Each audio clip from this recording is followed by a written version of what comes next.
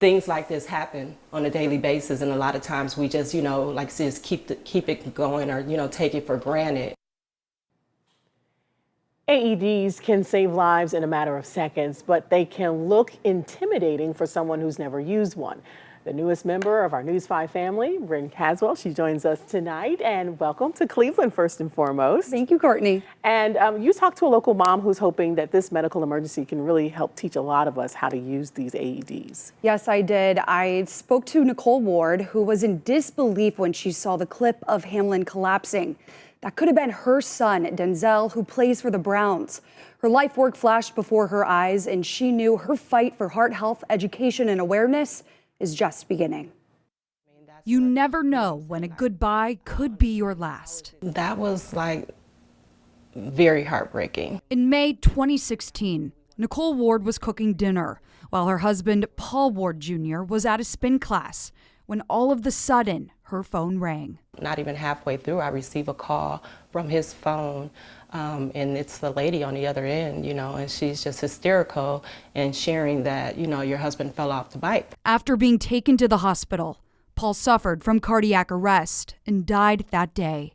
Ward says no one administered CPR or used an AED machine at the gym that she later learned was just 32 steps away from the workout room. That was probably the second most devastating thing to me, is to know that his life potentially could have been saved, but it wasn't. For the Wards, fitness and football are a way of life. Her son Denzel played football at OSU and is now a cornerback for the Browns. But tragic memories of heartbreak couldn't help but flash back after last night's Bills versus Bengals game in Cincinnati, where Bills player Damar Hamlin went into cardiac arrest on live TV. I was at a loss for words. All I could do was pray. After losing her husband under similar circumstances and watching her son Denzel spend every Sunday on the football field, Ward can't help but worry. A lot of times this condition happens to kids who are healthy, just like, Damar and, Denzel and a lot of other athletes, and there's no signs or warnings. It's not an age that's attached to sudden cardiac arrest. In the face of adversity, Ward and Denzel turned their tragedy into hope. They started the Make Them Know Your Name Foundation, which promotes heart awareness and education. Helping someone else in situations like this, we feel like everyone has an opportunity to make them know your name in a way of saving a life.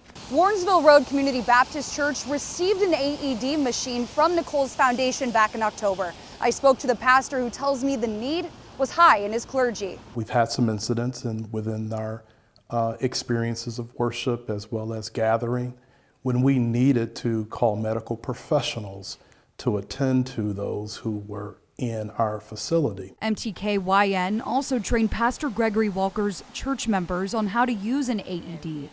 You just turn on the machine. All you have to do is press the button. Put on the red and yellow stickers. Press pads firmly. And the machine does the rest. Check electrode tray connection. Walker is grateful for their donation and says it's always better to be safe than sorry. We don't want to have to use it, but it's better to have it and not need it than to need it and not have it.